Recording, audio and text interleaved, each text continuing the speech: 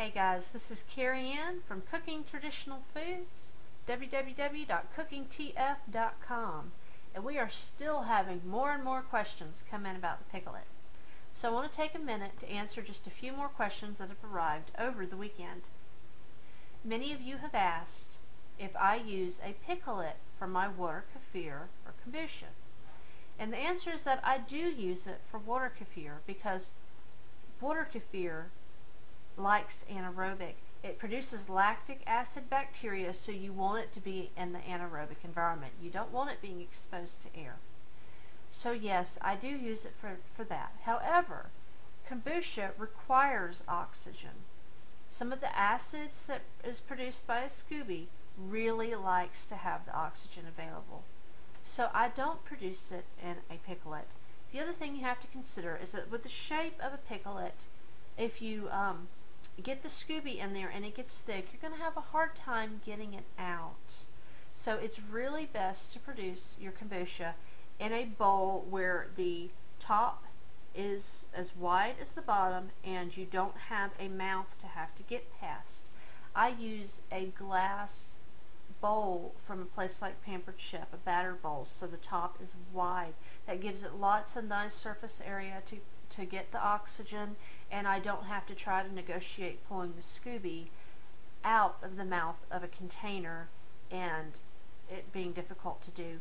The first time I did kombucha, I did it in a mason jar, not realizing that was an issue.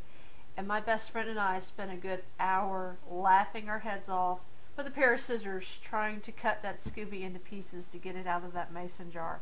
It was really funny, but it was a waste of a SCOBY. It was a funny way to spend an hour, but it didn't produce good results. So I do recommend that for your kombucha you use a wide bowl and give it lots of good surface area, and just keep it covered with a cloth. I would just put a kitchen towel over it and put a rubber band around it. That keeps any bugs or dust from out of your drink, but it gives it plenty of air to breathe. The next question I've received a lot is, what size Pickle-It should I get? Well, I currently have 1.5 liters because when I purchased my Pickle-Its quite a while back, that was the only size that they made. So I have the 1.5, and I use that to make sauerkraut, my pickled garlic, things like that. But I'm about to buy some different sizes. They make a 3/4 liter for things like condiments. So if you do small things, that's good to have. If you do water kefir, you want to consider a 1 or a 1.5 liter. If you do large amounts of things like dill pickles, or you do make and consume a lot of sauerkraut, or you need a large amount to be able to get you through the 12-week process, so you have 2 jars, one is perking and one is eating, then you'll want to use some of the larger jars. They make 2, 3, 4, and 5 liter jars, so take your pick on those sizes. If you're going to be doing something like dill pickles, you want to go with the 4 or the 5. If you eat a lot of sauerkraut, you go with the 3 or the 4, maybe the 5, depending on the size of your family, all the way down to the little 3/4 liters for your condiments, and 1 or 1.5 for the water kefir. If you're not sure, you can email the folks at Pickle-It and tell them your situation, how much of the lacto-fermented foods you eat, and what your family size is, and they can give you a good idea of what you might want to purchase. In addition to choosing which size to purchase, you're going to want to consider whether or not you need smaller jars to be able to decant. Now, if you create something, a ferment that has its own brine, like a sauerkraut or something like that, as you consume it, it's going to drop down in volume, and you don't want to let the jar get less than half full. So if you have a large, like a 3-liter Pickle-It, once it gets half full, you're going to need to decant that into a smaller Pickle-It, like perhaps a 1.5 liter. Reason being, in between uses, you close the lid, the bacteria has to reduce the oxygen again. If it is more than half empty, it's going to take too long. It's going to be too difficult of a process, and it won't be able to reduce the oxygen and the amount of time between you opening it and closing it. So it's best to decant to where it is always between half and 3/4 full in whatever container that you're using. Okay. There have been some questions about how I use the Pickle-It with water kefir. So let me explain what I do.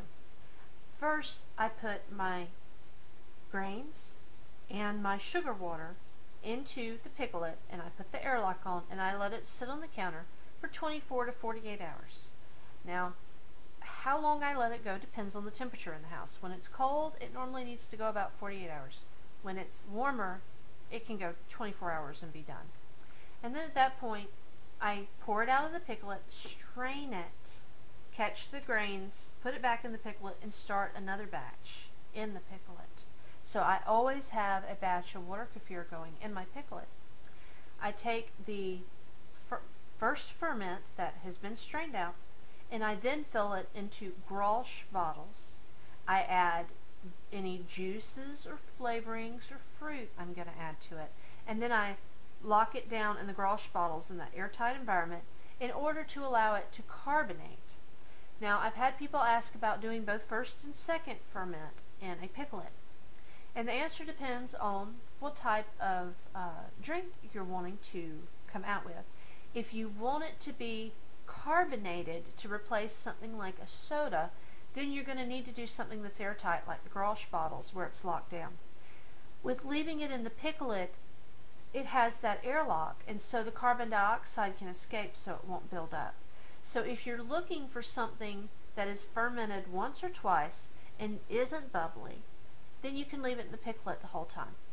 But if you need it to be carbonated, bubbly, or you need something like that, then you're going to need to put it in a Grolsch and have it locked down in an airtight environment so that carbon dioxide won't get out.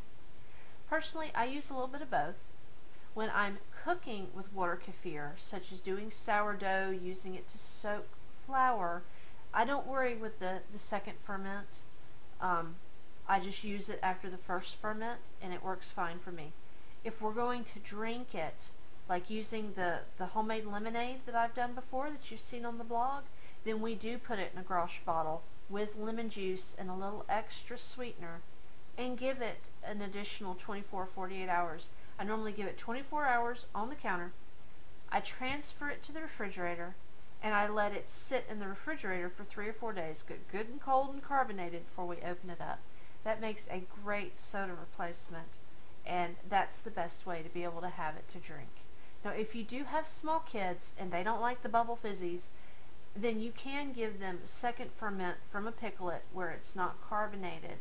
That's, you've added the fruit juice and everything to convince them to drink it. It's just not carbonated. So it's just as good of a way to do it. The question really becomes whether or not you want the carbonation.